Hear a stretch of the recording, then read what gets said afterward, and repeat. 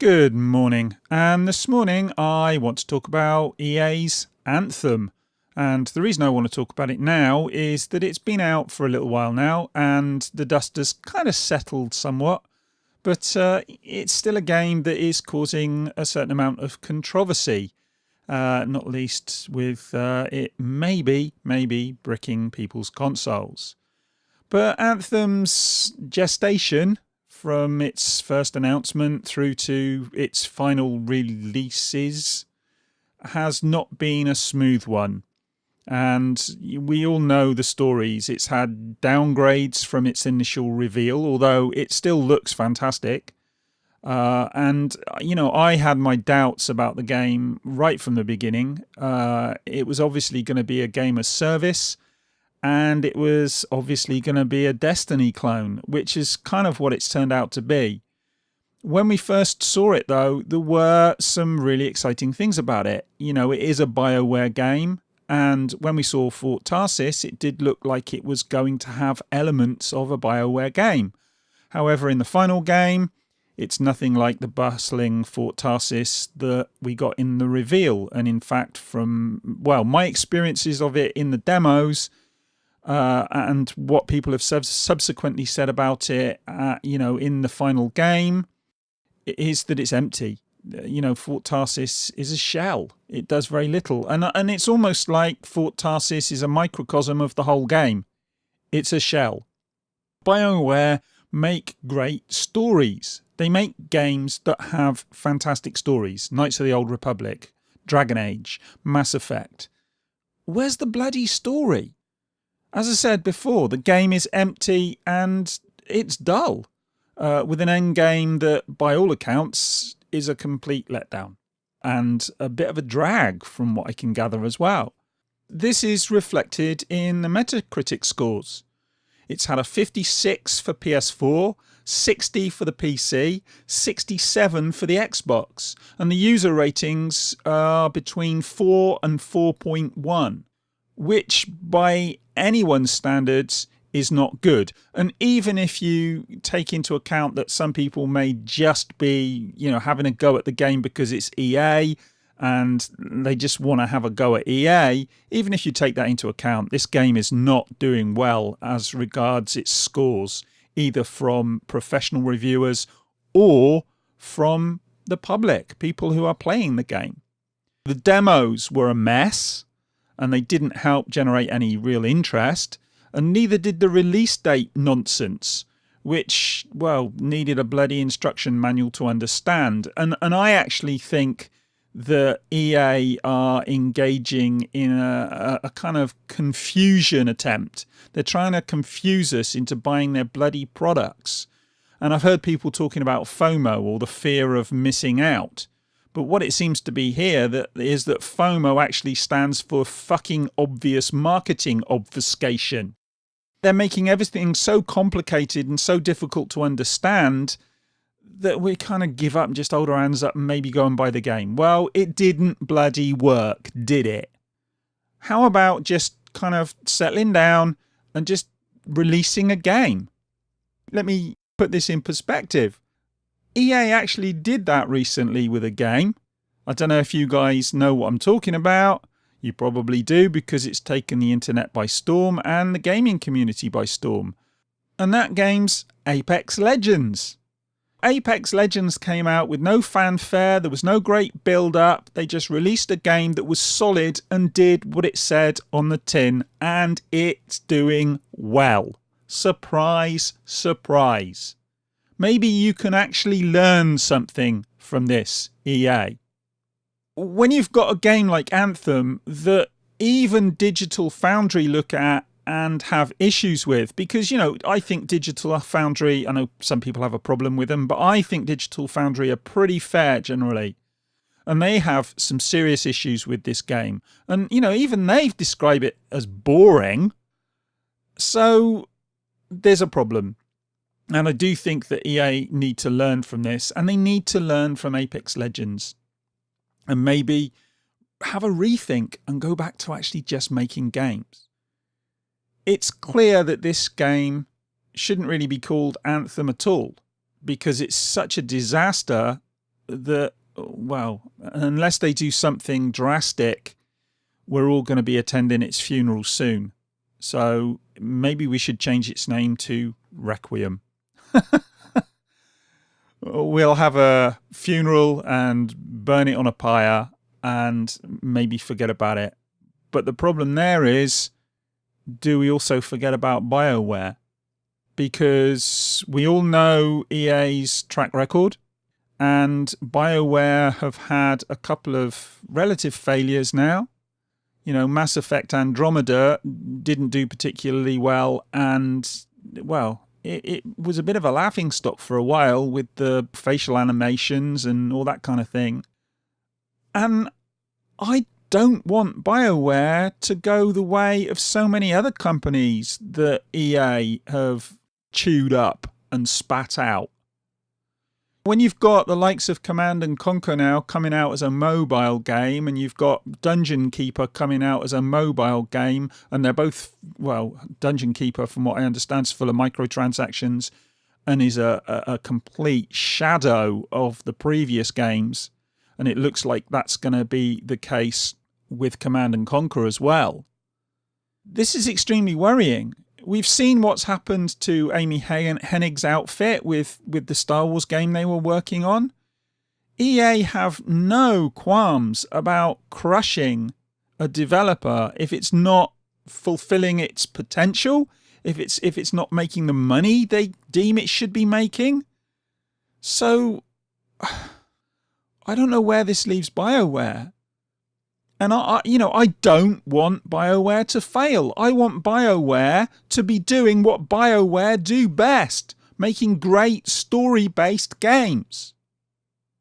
We have people now, though, who are saying, oh, there's all this whining. And you know, people I know and like are saying that kind of thing. And I'm afraid I disagree. When something like this happens and a game comes out and it is horrendously broken, and, you know, we've now got these stories about it causing crashes on the PlayStation specifically, but also on the Xbox, and maybe even bricking consoles. I'm not sure whether that's actually happening or not. We'll have to wait and see on that one, because obviously as time goes on, if that is the case, then we may be seeing more of those consoles being brought to their knees, if you like, by the game. But when you're in a situation like that, and you look at the game and you look at all the problems with it, with the release, you look at the downgrades, you look at the possibilities of it damaging consoles. Even if you take that worst scenario away, all the other stuff with the game, if you look at all those things and you put them together, why is it that we shouldn't be criticising this? Why are people saying, oh, you should stop whining? I don't understand. It's not whining, it's criticism.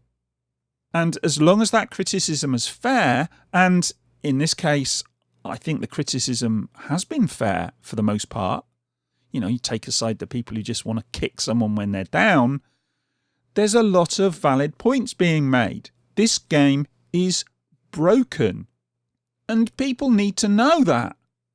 It's people's jobs. People like Young Yeah, people like Angry Joe, people like Jim Sterling. It's their jobs to let people know when there's problems with these games. And there are many, many problems with Anthem. Could the game go on to be a great game in the future? Well, if looter shooters are your thing, then maybe. But as it stands, and I haven't even mentioned the issues with loot, and we don't know what's going to happen with loot boxes down the road. We, probably going to see something like that from EA. Who knows?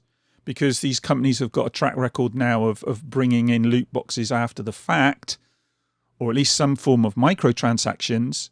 And again, people moan, oh, why are you moaning about microtransactions? You don't have to use them. But I've said this before. When you look at games and those games are being developed in a way that makes them more grindy in order to make you spend, then that is an issue.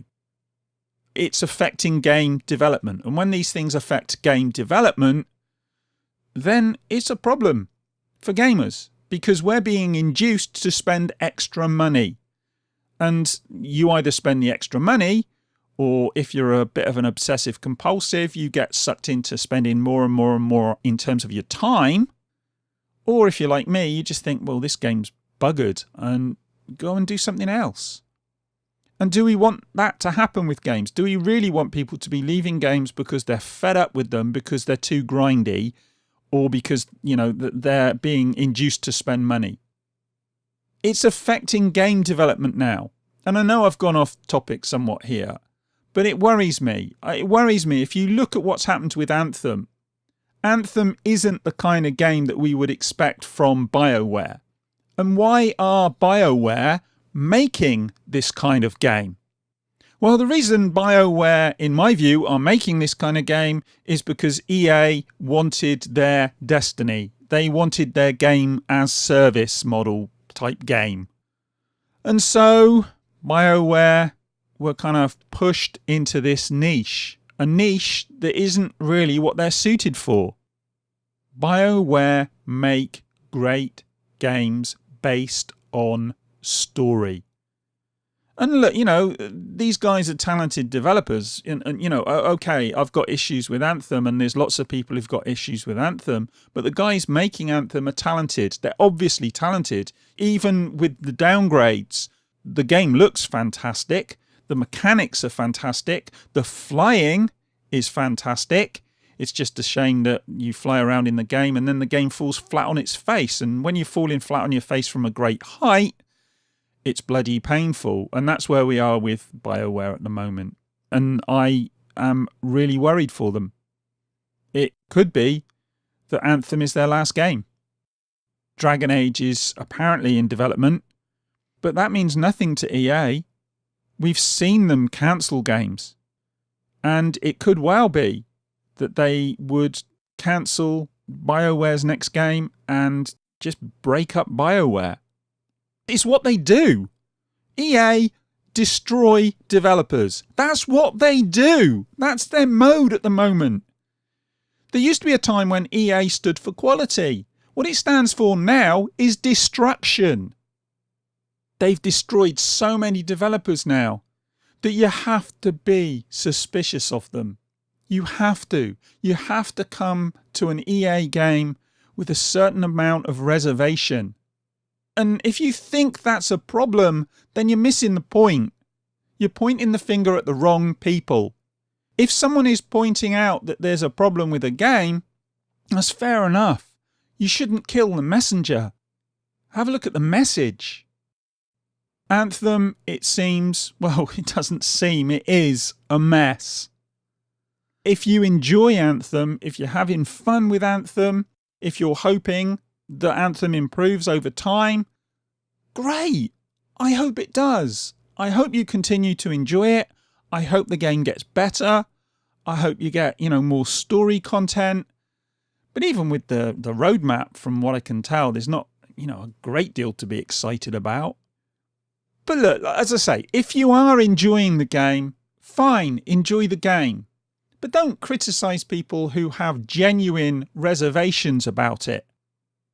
Because it's obvious now that those reservations are genuine. There are real problems with this game. And we need to say so.